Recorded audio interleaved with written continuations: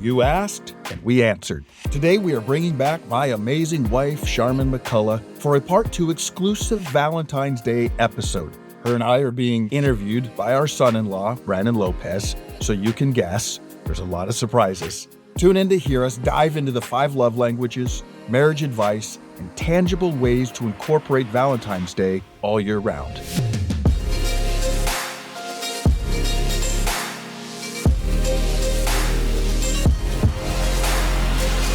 What's happening, everybody? I am Brandon, bringing you a special episode of No Gray Areas because it is Valentine's Day. That is right, the day of romance, mi amor.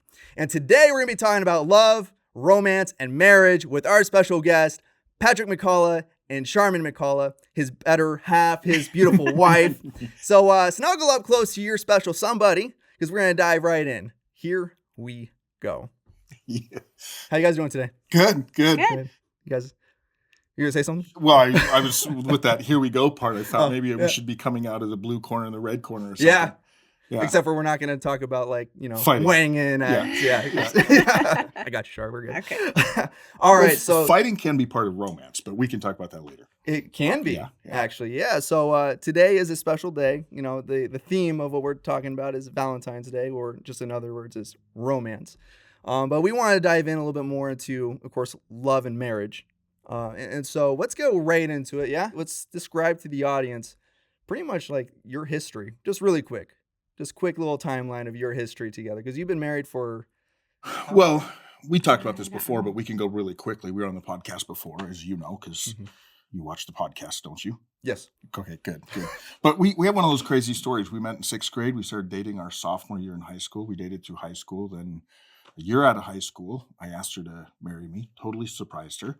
Surprised myself. She said yes. 32 years later, 3 kids, and a 7th grandkid on the way in April. From your lovely wife, and I think you had a part in that. So thank you.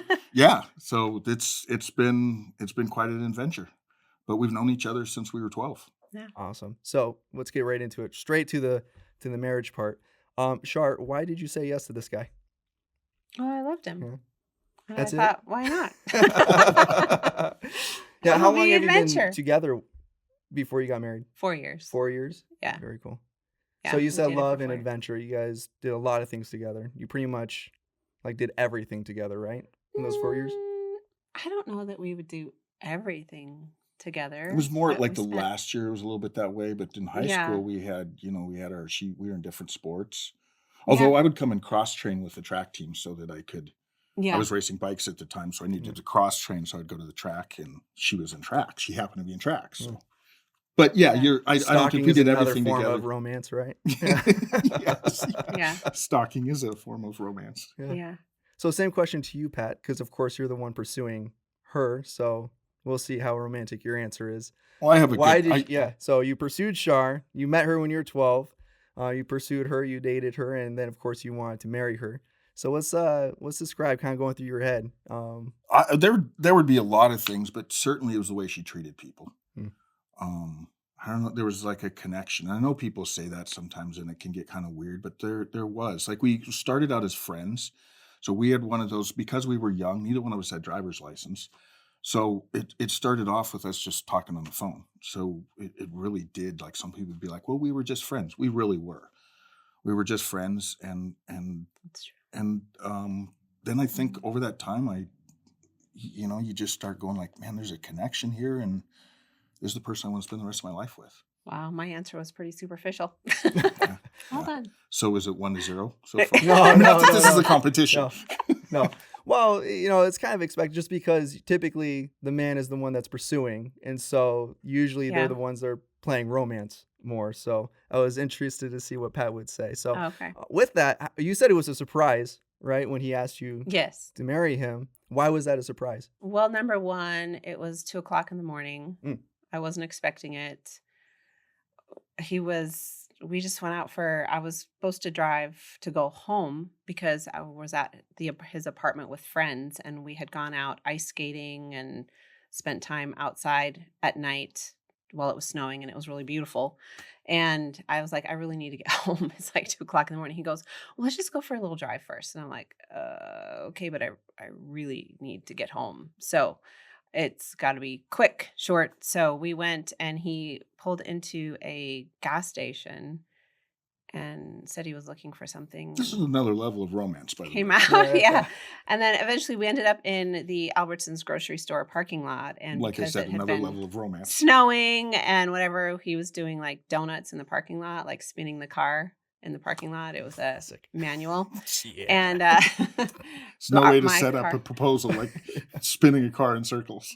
And he just like whipped around a couple times, and then he pulled this artificial rose that he had purchased at the gas station There out, was no out of real his rose. coat. Let me tell the audience, there were no real roses available at 2 a.m. at a gas station. That's why I had to go with the He artificial rose. pulled it out of his coat, and he looked over at me, and he goes, they say if you buy a woman a rose, they'll love you forever. Will you marry me? And I laughed. I thought he was kidding. I didn't think She did. She I didn't laughed. think he was She's- serious. And then he was serious, and he said yes. I don't think you. I told you I that think I I needed to remember. talk to your parents because Yeah, that's true. the crazy thing about us getting engaged is we had never talked about marriage. So we'd been dating for 4 years, but we were always trying to be very careful with each other. We didn't want the other person to choose where they were going to go to school. So we had never talked about it. And I didn't even think it was possible. We were too young, all the things that people would tell you.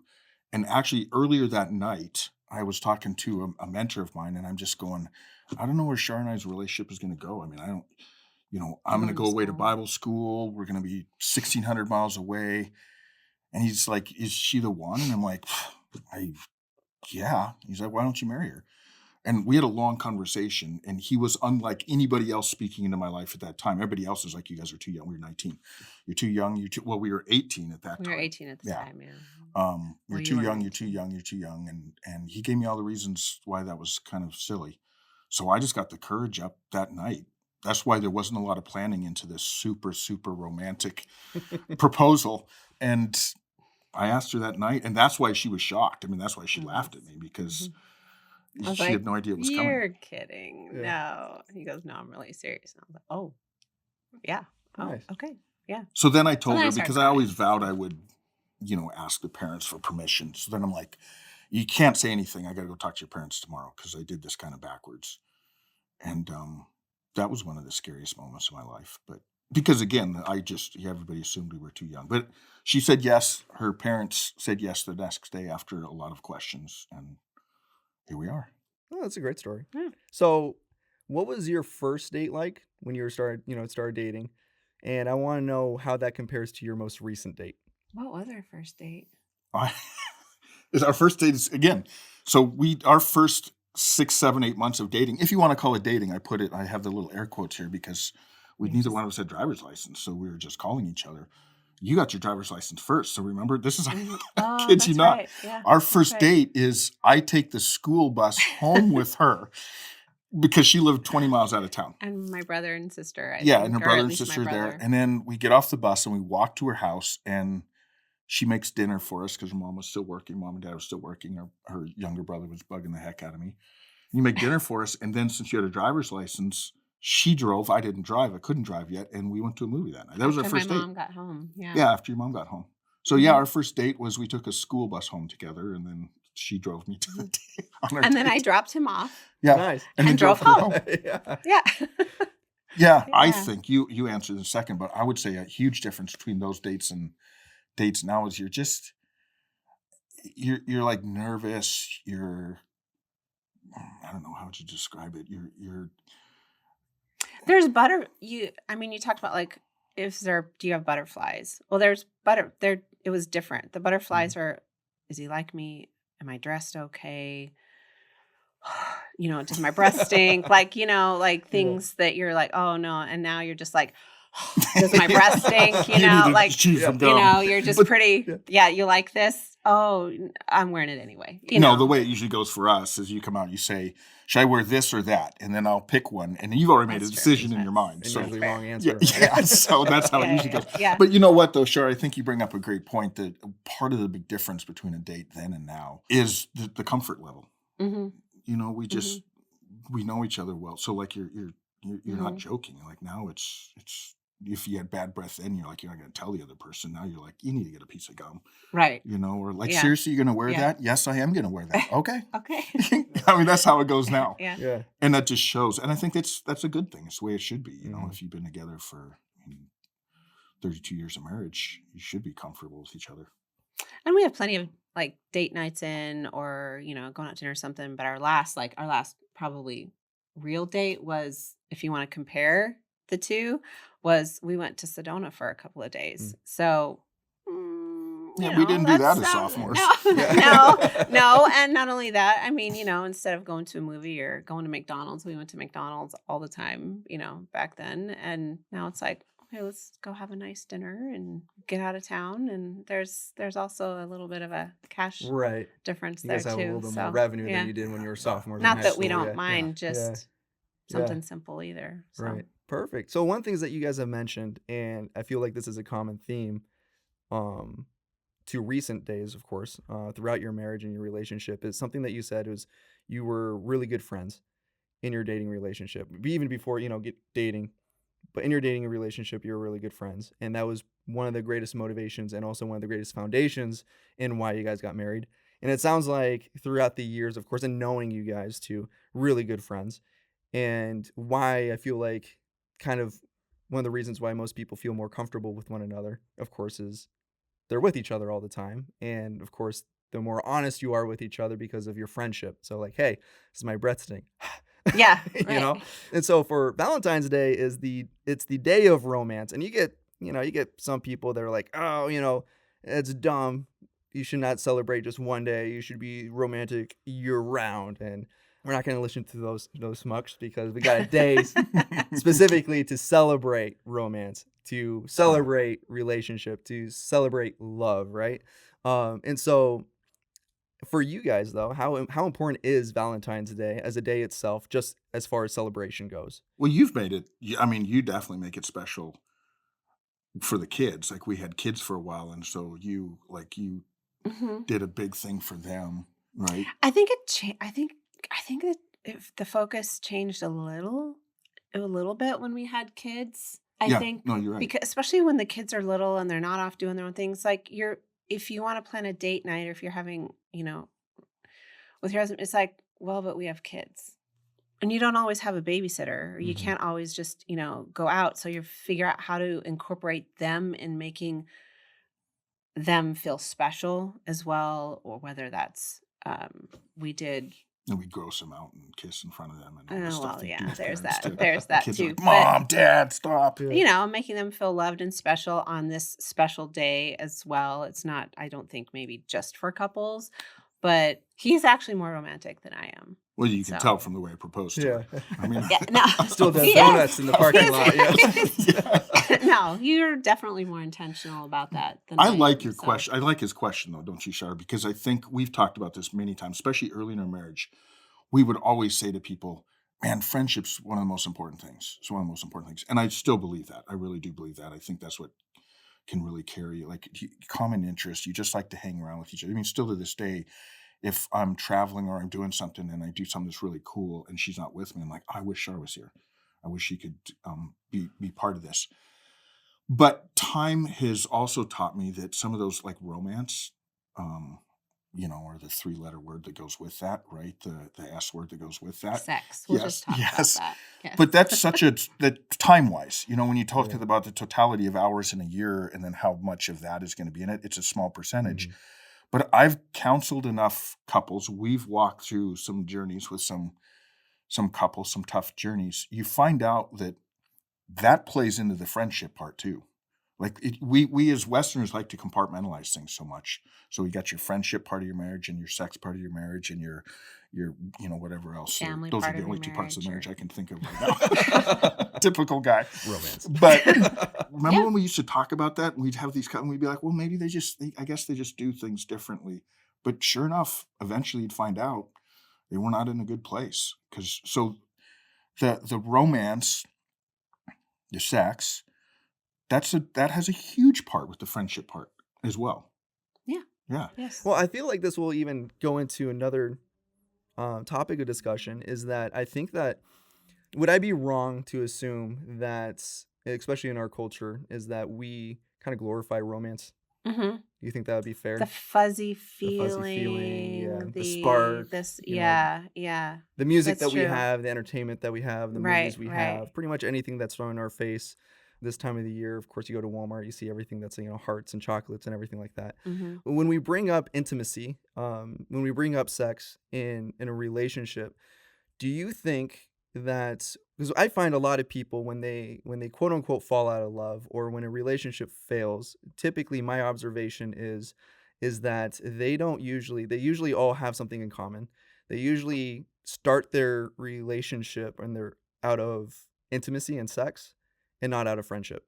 Mm. And usually when I make this observation, when I see a relationship that starts from a foundation of just like friendship, like good actual friendship, and that can evolve, usually I see this a trend in which they not that, people don't have their struggles and their, low points or anything like that, but usually there's a trend and there's a high probability based off my observation that there's higher levels of success and happiness associated with their relationships and their marriage. And then I find that people that kind of go into the more of the status quo of how we approach relationships. They usually, we definitely nowadays have more of a hookup culture, in the sense of, Mm-hmm. you woo somebody, you get all romantic, intimate. Usually you start as sexual partners and then you grow into a relationship with Relationship. them. And so we elevate two different things. When we see your journey, of course, there's the friendship as a base. When we see a lot of other people, their base is usually more sexual. That's more sexual partners. Then they become friends through the Mm-hmm. Time relationship. after time. Do you think there is a do you think there's a correlation with that as far as the percentage of people falling out of love, failed relationships, failed marriages? We, of course, statistically, we are at what, 75% of marriages ending in divorce, I think, or something like that. Yeah. Don't quote me on that. I did not write that. I did not search that up. But yeah, it sounds about right. I think it's more like it's 50 or 60. I think it's but- like 3 out of 4, honestly. Really? Yeah, I'm pretty sure. Well, If that is not, it's 75. probably getting there. You're pretty sure. Yeah, I'm pretty That sure. is 75%, Yeah, yeah. by the way. If you go Yeah. to Using my math skills there. if you go to brandonisright.com. You Yeah. point people to that often. Yes. brandonisright.com. Yes. But do you find that there's a correlation with that? Do you think that when we talk about romance, oftentimes we got to be a little bit more tentative and a little bit more careful, just because usually the lens that we look through as far as relationships go is more sexual than it is friendship. Well, we've talked about, right? That kind of goes back to what I was saying before, where early on we would often say it's friendship is so important, which it is. Mm-hmm. This is where I think it's dangerous to compartmentalize. Then we met a lot of couples that just the romance had left their and we go, well, we got to quit downplaying that part of it too. They're both Mhm. important. They play into each other. But I think what you're saying, right, is you're going, if you start with one and you think that's going to sustain it, like Mhm. if it starts as the romance, the sexualized, that, and then you think that's going to sustain it, Or the it other way around. probably is not going to. I'm not going to say it's not, because you could grow into being good friends, but that I see there could be a danger that Either one. Honestly, either one. I would see that there are pitfalls if you don't grow. I mean, the fluttery feelings. You're not married for 32 years, and you go like, yeah, we've like every morning we wake up, we look at each other and go, wow, and you get your heart's just beating. You're like, your breath smells so Yeah, good. yeah. You keep bringing that up. Sorry. Yeah, that would be silly to say that. And if someone Yeah. thought that was going to sustain it, and then when you don't feel that, if all of a sudden, you're getting nervous. So, but I would also say, though, I would flip the script a little bit and say, yeah, but after 32 years of marriage, if you're not feeling that sometimes Mhm. for your spouse, there's something wrong with that too. Mhm. But so that's all tied together. I think it's, again, the friendship part that's a big part. Right? It is. And I think when you're new in a relationship, I mean, it's been a while since we were new in a relationship, but when you're new in a relationship, there's definitely more intention. I feel like there's maybe more often that you go on a date or that you do, as far as romance is like, oh, they really like this book, or oh, I'm going to buy them a coffee and bring it to them, or oh, I'm going to, whatever it could be, because romance isn't necessarily just sex. Romance is just you're thinking about the other person, right? Like what do they like? What do they enjoy? Listen what do closely, Brandon. 'Cause But I mean, that's the way to someone's heart too, is not just physical. There's the absolutely. emotional part of it. There's, just all of it. So you have to, even though you might be more intentional at the beginning, and because you can't wait to see them, if you're not, together all the time, or even if you are and you're like, oh, I can't wait till they come home for dinner and, everything. And now it's just like, oh, I forgot about dinner. Okay, what are we going to do for dinner? But, oh, he really likes that. Okay, yeah, okay, I'll make that. Or, you know, whatever it could be. I think it's just going to take intention, especially I think the longer that you've been together. And then you put kids into the mix and family and job and all of that stuff that just keeps adding on and adding more people into your relationship circle, then you can get pulled in many different ways. So I it love takes that. time to take intention, whether it's like going on a date or planning a special evening or meal, or spending a day together, or just being together can be romantic. Yeah. I love that word that you use, Shar, because I think intentionality, I think that is something that when you talk about couples that fall out of love, whatever that term means, I guarantee you a lot of times somewhere along the line they started losing that intentionality. And that does look different than when you're first in a relationship and you've been together for a long time. But if you stop being intentional about trying to find that space, one of the things that Shar did for me years ago that was still one of my favorite things is I was working a job where we just didn't get a lot of time together. We had, I think at that time we had one kid in high school still, so we were doing the high school sports stuff. But Mondays were my day off. Remember this? No, yeah. This is awesome. Yeah. She started what she called Mystery Mondays. I would look forward to this. And a Mystery Monday was where she would like set the whole day up. And so this is the intentionality. I mean, by that time we'd been married for, I don't know, 25 years or something. But I would wake up in the morning and she'd be like, all right, go get in the car. And I had no idea what we were going to do, but she had some little adventure planned. And it wasn't every Monday. It lasted about a fall. Like, No, I think it we lasted did like it. a fall, and then We did it Then it 5 went or 6 times. I mean, one of them was big. We drove clear up to the Grand Canyon and hiked part of the Grand Canyon on a was Mystery Monday. It was just a day trip. On a It day was all trip. just like a We got up little at day 4. trip. That one, Yeah. it was the night before. She said, we're waking up at 4 in the morning. I'm like, I don't know if I like this Mystery Monday, but some of them. And then another one, we went to a coffee shop that she found that was opening, and she just brought some games and we played games together. But I think that goes back to what you were describing. I love that word you used, intentionality. That it's just always, and I might add another word, priority. Intentionality and priority, because again, you got to show your spouse that they're the priority in your life. Very good. You brought up a lot, and you also Okay, did too. sorry. So no, this is actually really good. Good luck with that, host. Yeah. So no, I got this in the bag. I think what's really cool is because you guys just displayed and brought up that there are key things within a relationship that makes it work well. Not that intentionality and priority is like the only Very ingredients, true. Oh, absolutely. but I think we could absolutely argue that they're very Yeah, crucial, yeah, right? they're- But being intentional and making somebody a priority, those are all choices. We're talking about no gray areas, talking about choices. Choosing to make somebody a priority and choosing to be intentional with them, how important that is. And that romance, I think we could also argue, isn't just some emotional fleeting thing. It's actually also a choice, Yeah. right? That's true. And the more intentional and more of a priority that you treat somebody or do something for somebody, the actual more romantic it is. That's why a lot of people say like, Ah, oh, right. like, oh, they did this gesture. It was so romantic. And everybody's like, oh my gosh, so romantic. I wish I had somebody like that. But it's because that person Did they knew always say it in something. that voice? Oh yeah. Yeah. Just like that too. But the reason why they say that is just because they realize that person was made a priority, Yeah. and that there's a lot of intentionality behind that gesture. Yeah. Mhm. So this perfectly brings into something I want to talk about, which is Hey, from your No Gray Areas team, we just want to say thank you so much for listening. And if you're loving this episode, would you just take a moment and leave us a review and rating on whatever platform you're listening from? If you're watching on YouTube, make sure you hit that subscribe button so you don't miss out on the new podcast episodes that drop every other Wednesday.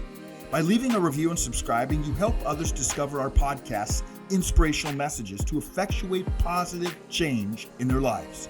Okay, let's jump back into this episode. So this perfectly brings into something I want to talk about, which is the 5 love languages.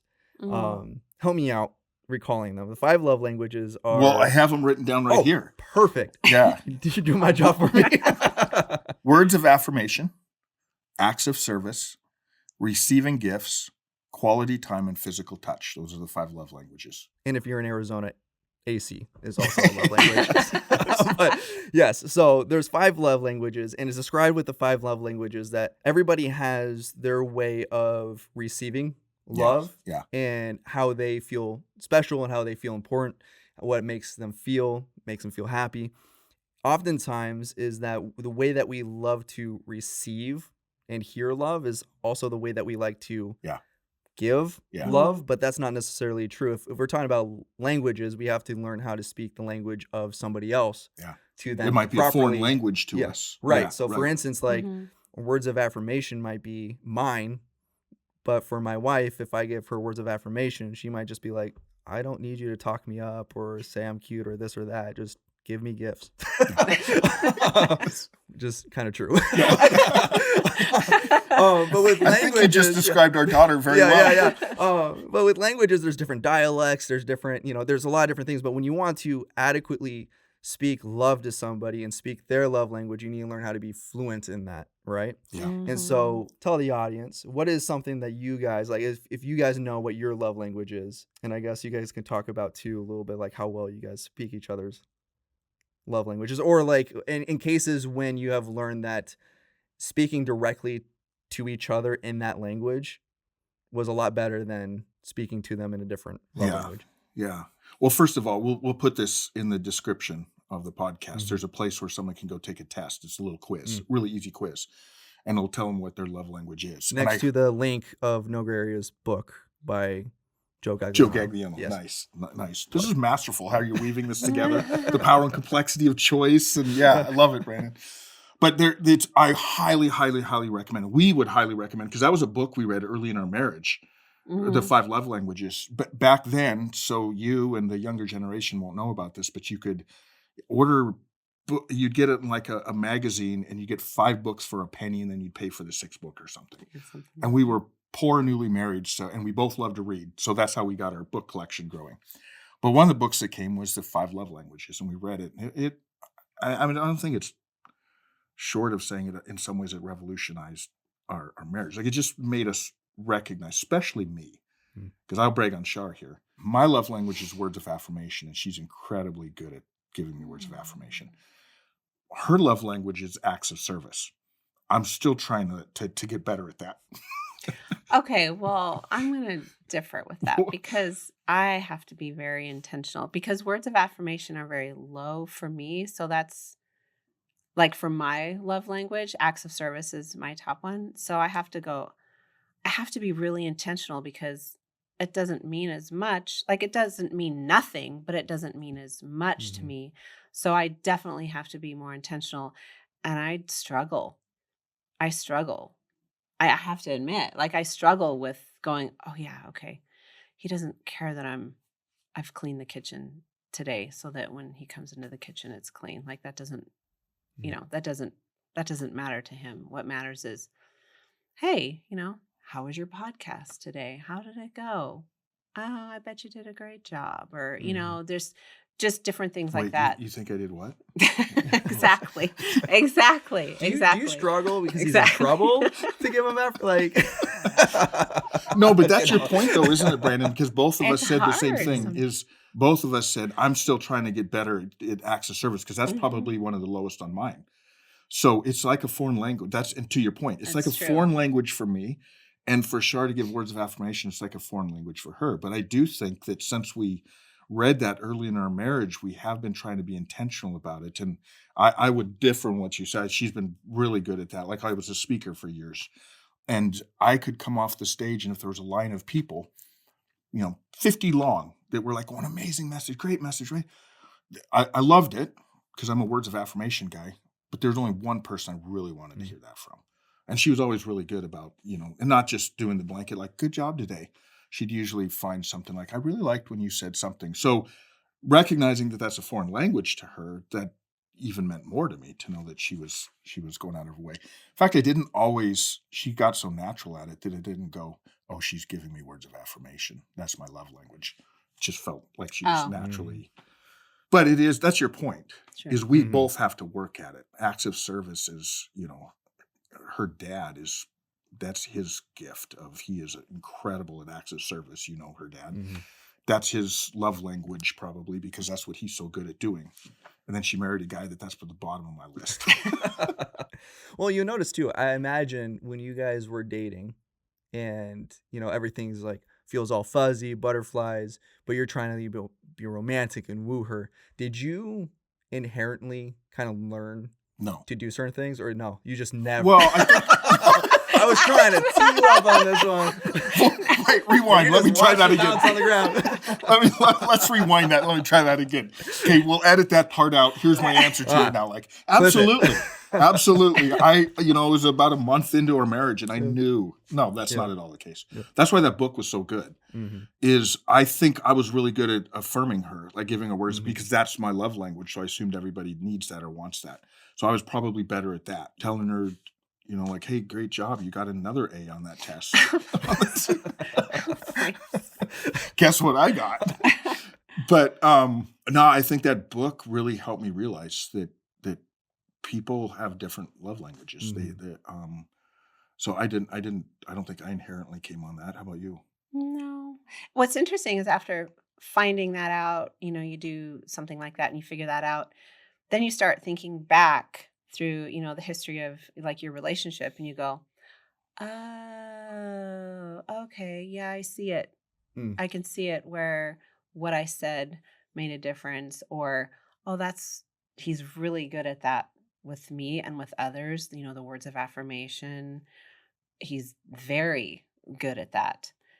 And I'm like, "Oh, okay." Like, you just go, it's just a little light bulb moment where you go, okay. Yeah, if you wanted to know, like, kind of what you're saying is, if you want to know what someone else's love language is, probably watch what they do well. Like, Right. if they're serving and doing acts, that's probably that. Now, if the listeners are paying attention, they'd probably be wondering, why did Mystery Monday mean so much to you? If words of affirmation and you're saying acts of service were at the bottom, because my second, which is also her second, is quality time. Bilingual. So yeah, Right. I'm Right. bilingual in We're the love bilingual, language. yeah. Everybody is, by the way. Yeah. You have a primary and a secondary, and our secondary is quality time. So the Mystery Mondays, the acts of service was huge. All the planning that she would have to do and put that together. But what connected with me on it is, like, it's just me and her hanging out, quality time. So that was the second one, which is that's what's nice, is it's also her second one. So our secondary love language, we speak pretty well to each other because we're natural at it. And I think you brought up a great point too. If you want to know what the love language is of your significant other, look at what they do well, right? And like, okay, that's probably what they want to receive. And I think if people are kind of in the slumps within a relationship, usually the other person probably tells them to. A lot of it's just kind of opening up your ears to actually listen to somebody. For sure. Like, if you have somebody that wants acts of service and they want help around the house, like, "Hey, it's cluttery, it's a mess, do something," and they harp on you, usually, like, that's a pretty good indication of, like, Yeah. maybe I should do something. Maybe I should like clean up it's my not too stuff. complicated, really, right? It just Yeah. takes listening and then, Right. treating each other Can we well. move on from this? Right. Because I'm thinking of the list of things that these are things that I want done around the house. Those lists are still going. So let's move on. No, that's all right. Let's move on. I'm kind of in the same boat a little bit. No, I think that's very critical for most relationships. And whenever we see something as far as you want to do a romantic gesture, you found that is only been amplified when you've done something that spoke to her more, and vice versa, right? For instance, like the Mystery Mondays, even if you weren't making that consistent thing, like if you wanted to be like a romantic gesture, speaking to Pat would be like, hey, I know he loves this. This will mean something really deeply to him. Mm-hmm. So very cool. And I think, of course, all that too has to come down to choosing. Like, and this is going to lead into the next question is, I think that there's always something special and something there that I think is very hard for somebody to really pinpoint to say like, oh, I love so-and-so. Like, we love each other. And you ask them why. And I think there's just always something there you just can't explain. How much of it is a choice, though? Like, to love somebody. And also just the act of loving somebody. How much do you think is, of course, we just based off of all we talked about being intentional. We talked about prioritizing. We talked about treating each other well through, like, learning each other's love languages. Those are all choices. But is there room in loving somebody, just being in love, I guess, being in love with somebody, that is a choice, not just a feeling or just some mystery thing? Absolutely. I think at the very beginning of relationships, I think you see the act of love. It's definitely a choice because the person is choosing to say things, do things for the other person or with the other person. They're definitely choosing to do that. They may think, oh, but I just really wanted to. No, but you still have to make the choice to do that. Mm-hmm. Over time, maybe other things there could be other priorities, other things that maybe get in the way or that are more priorities. Sometimes it is tyranny of the urgent, but I absolutely think that there's definitely choice, because I could say, I love my dog, but if I'm not caring for my dog, then. Which is really funny because. Okay, we don't have to go there. She is, for the audience, she's not a big animal lover. I love animals. How many now animals I'm do going we to own? be in trouble. How many animals do we own? I just don't want to own an animal. Okay. I love animals. I do. I love animals. Yeah, I she grew up on a farm. You did. But You did. I just don't need to own an animal. I'm glad you pointed that out. Yeah, Okay. yeah. So if I say that I love my children and then I don't care for them, right. you're like, do you love them? Mm-hmm. Like, love is definitely, I would say, a verb, an action. Yeah. Well, even from a biblical perspective, it is an action verb. It absolutely is. Like, God loved us, so what did he do? That should always, if I love Shar, it should be followed with, okay, then what am I doing? So it is absolutely an action. But I think that this is why I would again encourage the audience to go take that test, because what you need to learn, and this is is what does she need, though? Not what I think she needs, or vice versa. Mm-hmm. Like, what do I need to feel valued and respected, for her to feel cherished, which really are the two big love languages of men and women. Men want to feel respected and women want to be cherished. We know that because God told us that. But what does she need to feel cherished? And the love language test kind of tells you that. For her, it's acts of service and quality time. If I can give her a lot of words of affirmation, which I do because it's natural, but it has a 10% impact compared to an act of service, which I so wish wasn't true, because that's so much work for me. It's just natural for me. I mean, every week I'm sending my kids like I sent you one recently, and you're like, is Pat? So next question. I sent Brandon one and I never heard back from him. Yeah. But no, I sent him one and he's like, is Pat okay? Because you assumed like something really bad was happening, because I'm like, hey, I just want to tell you, have a great day. I'm proud of you. And Did you get diagnosed with somebody? Yeah, is he diagnosed? Somebody after him? No, but that's just I natural thought you were for going to me. bring up that I don't respond Yeah. too often. Well, ever. None of our kids do, though. We text all of them. It's like nothing. In fact, I get jealous because she hears back more. I'll be like, what? He responded to you? He didn't respond to me. I prefer nothing than just like a thumbs up. Yeah. Like if I get a thumbs up, it's like, oh, okay. Good job. Even though words of affirmation is your love language. It used to, and that's another thing I want to bring up. I think some people kind of evolve and change, and they could be satisfied in other ways. And so for me, I definitely do like quality time. That's always been one of mine. Always has been. Did you take the test, or did you just figure out this on your own? I figured it out just by reading the book. Like, oh, that's totally me.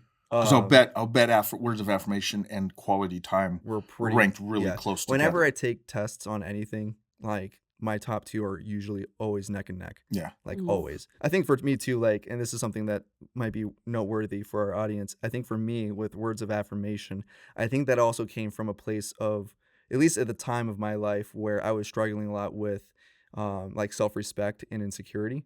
And so I was trying to leverage words of affirmation to counteract those Yeah. feelings. When I didn't feel the need out of that one, when I feel like when I became more emotionally mature, it wasn't something that I actually wanted, let alone needed. So And it's always let me nice see if if you I'm get, hearing you right. You're saying anybody that has words of affirmation is emotionally insecure. Well, I'm glad you're following. I thought you tested badly in school. No, I was kidding. No, no, that's not what I'm saying at all. It's just at the time, I think Yeah, just for me, yeah. I get it. For yeah. and some people, they might be, one of the things that they might struggle with is just being alone, and so they might think that I need quality time, and they might just be growing through something and becoming more mature through something. So I think that Yeah. oftentimes, like especially when Great you read thought. like a book like The Love Languages, a lot of times too is, are you reading it and are you going through it in a time of immaturity, or are you going through it in a good headspace to Or actually I get would an say accurate immaturity or deep pain, or deep pain? Yeah. right? Like Mhm. you saw that with me. She often will say when people be like, well, that was one of the arguments about getting married young. Like, don't get married too young because you're going to change. Well, we always say people may still have good arguments on why not to get married young. I'm not arguing with that right now, but you're going to change no matter what age you are. Mhm. That is true. Like she saw That me is go very through true. big changes in my 40s, but it was because of the difficult times I was going through in that time. So I think you're right. If you took the love language quiz when you're going through a really difficult Mhm. time, or what did you call me again? Immature? What was the word you used? Deeply immature. They can skew it. It Yeah. can skew it some. You're Yeah. right. They would say the same thing about Yeah. personality tests. So Yeah. to be aware of that. Yeah. It's a great point. And how that can maybe change. So what you're saying is, Ashley, if you're listening, Ashley, our daughter who's married to you, that the words of affirmation is still important to you, but you're saying quality time has almost moved up Mhm. because as you've matured, you're going, I don't need Yeah. the words of affirmation like I used to. Yeah. And she's a lot like you too. Words of affirmation isn't a strong suit of her actually expressing. Right. So it might just be like quality time is just like, I'll take it. It's number 2, but I'll take that one. We can leave that part out so she doesn't kill me. No, leave that part in. If you want me please. back here, Yes. Please leave that part in. Please leave that part out here. Next So- family talk. Yeah. So as we're going to, I guess, wrap up this conversation, bringing up, Valentine's Day, we've talked about a number of topics, a number of themes, talking about friendship, talking about intimacy, talking about priority, importance, intentionality, love language, all these things. We even talked about how love isn't just like, it is something that is a special, unique bond that I think is very difficult for people just to explain, but it is also a choice. Even Mhm. just in love, the action of love is a choice, and we have to be intentional and prioritize one another for it. And then we have this day of Valentine's Day, which can easily be argued just a way to spike revenue for most stores, right? But it is a day to celebrate romance, a day to celebrate For love. sure. Mhm. So now I do think that a day to celebrate one another and just being just loving and romance is a good thing. I'm not harping on Yeah. that, but I do think that there's definitely room for the conversation of how can we incorporate Valentine's Day throughout the year. Not doesn't necessarily have to be every day, but throughout the year. So it's not just there's only one day of the year that I'm going to be super intentional about, flowers, chocolates, dinner reservations, or special things, the grand gestures. What would be your advices to anybody, really? Young couples, older couples, anybody. How would you incorporate Valentine's Day throughout the year to honor one another and the romance within your relationship? I think that it goes back to what we had talked about before, and just making a conscious choice to say, okay, I'm not going to do this just one time a year. Like, if for those of the audience that are maybe words of affirmation, and so maybe you're like, I can't come up with this on my own, so I bought a card that perfectly explains how I feel. Okay, maybe do that more than once a year, Mhm. or sending a text, or writing a letter. Or he would write me tons of letters, even in high school and after high school. Even though we lived in the same house, he would write me letters. And also other things, because acts of service, I got you something know. for you. I Okay. got something for you, and I'm gonna talk up your husband, your hubby, right now. Okay. So you can thank me later for this. Char, I think the reason you might be struggling with this answer a little bit is because I think you are treated really well. I am. I think I am. I would make the assumption that you have a husband that is upholding his part of the deal and treating and loving you the way that you want to be treated and loved, and the way that he wants to treat you and love you. And if you guys want to zoom in on his eyes right now, no, I think that's good, and I think that's good, and I think I would that's love good. to make the argument. And if people want to argue this, you can, I don't know, nograyareas@gmail.com. You could send it to them. I would make the argument. I would take this responsibility, and I would call all the men within a relationship to take this responsibility to take up the mantle to be the one that is being the one to take on this challenge within the being in the relationship and having the responsibility over this. Like, I think it's actually good that you are actually struggling a little bit with this answer. Like, when it all comes down to it, it's down to his responsibility to make sure that this relationship is well and is good. And I think that's very biblical. That's not just like now you can just be like some schmuck kind of thing and just be a bad wife. And that's not what I'm saying at all. But I think the reason why it's kind of difficult for you to answer that question is because I think that Pat is doing a good job. And I He think that's good. is. And I think that's worth like He does. applauding and celebrating.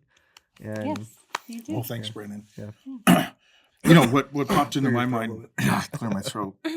What popped into my mind was it's a word we've used numerous times, and I guess that's the theme of this episode. It's prioritizing and being intentional. That's how you make, like, you carry Valentine's Day. Valentine's Day is a good idea. Like, take a time to step outside of the busyness of everything and make your significant other, your spouse, know that you're a priority to me. But it's got to be more than once a year. Now, there is something special about, you can't do that every day. Like, it's not special if it's every single day. Mhm. But I think there's something really, really valuable. And, that's what we're still figuring out, working through, and we've tried to do for each other, is she has to know that she comes before our kids. She comes before our grandkids. She comes before my job. She comes before anything else. Now, how I display that to her is going to change all the time. And then I'm not going to do it well at all sometimes. Then I have to go and say, I'm really sorry. You should have been a priority and you weren't. But I think that word is such a key one. I mean, I guarantee you look at a couple who is married for a year or 10 years or 50 years. And if they're always making each other priority or working to make each other priority, you're going to find a fairly healthy relationship.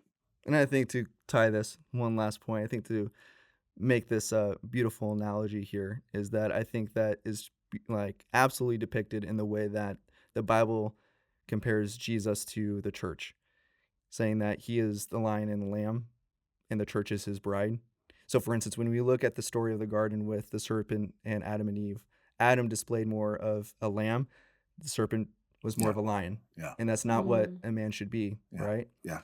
Man should be a lion with life in the world, but a lamb with his wife and his kids, his family. Yeah. And I think oftentimes we have situations where we're one or the other. We're one or the other, and that doesn't mix well. That doesn't do well. We have to be both, right? To follow that kind of example. So oftentimes is we get caught up in the world of like, oh, we got to succeed, we got to do good, we got to keep pushing, more of that like that lioness kind of thing, right? Even in the marriage, like you're just focusing on just being successful at life, and when you go back into your marriage and your relationship, we're like a lion to each other, and it's kind of vicious sometimes. Instead of coming back to the family, coming back to the relationship, more like softer as like a lamb, more tender. Yeah. And giving space to grow and to be loving and to be appreciative and to exchange love languages, per se. So yeah, well put. Absolutely. So thank you so much for this conversation, for this interview. I think this was a very special one, a very fun one. And in the, I guess, the bliss of romance, Shar, I'm going to ask you to light us. Okay. Yes. So this goes to No Gray Areas has a tradition at the end of each podcast.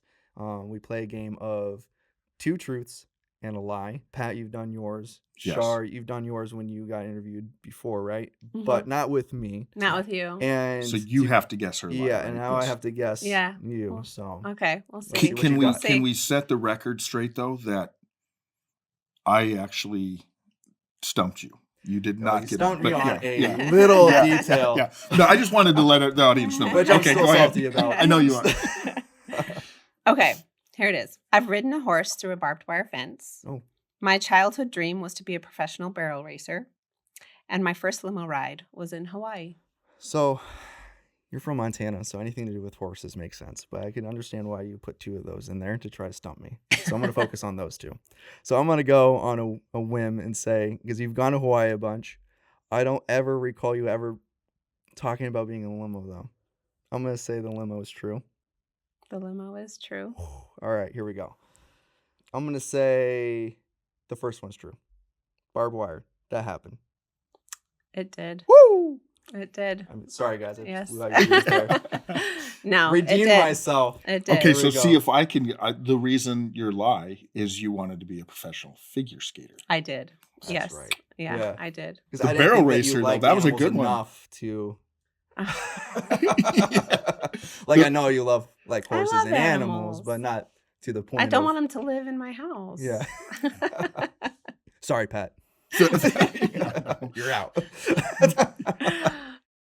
The other way you could have known that number one was true is most kids that grew up in Montana rode a horse through barbed wire fences. Yeah. No, that's not true at all. That's not That's not true. necessarily That's- true. No, this was just a very Well, you wanna know wily why. horse. She grew up on a It was farm, a so very you've- wily yeah. horse. This You wasn't rode even your- at our farm. Your little bike thing through a hornet's nest. You rode a horse through barbed wire. You lived a adventurous childhood, Shar. Yeah. Yeah, and I actually chose that one, and I'm saying this out of just love and nothing judgmental.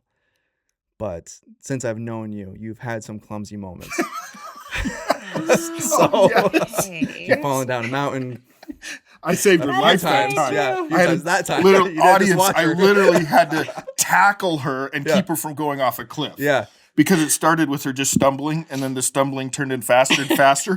And Josiah, our son, is just laughing, going, "What are you doing, Mom?" And I realized she's going to go off that cliff. So I literally had to tackle her.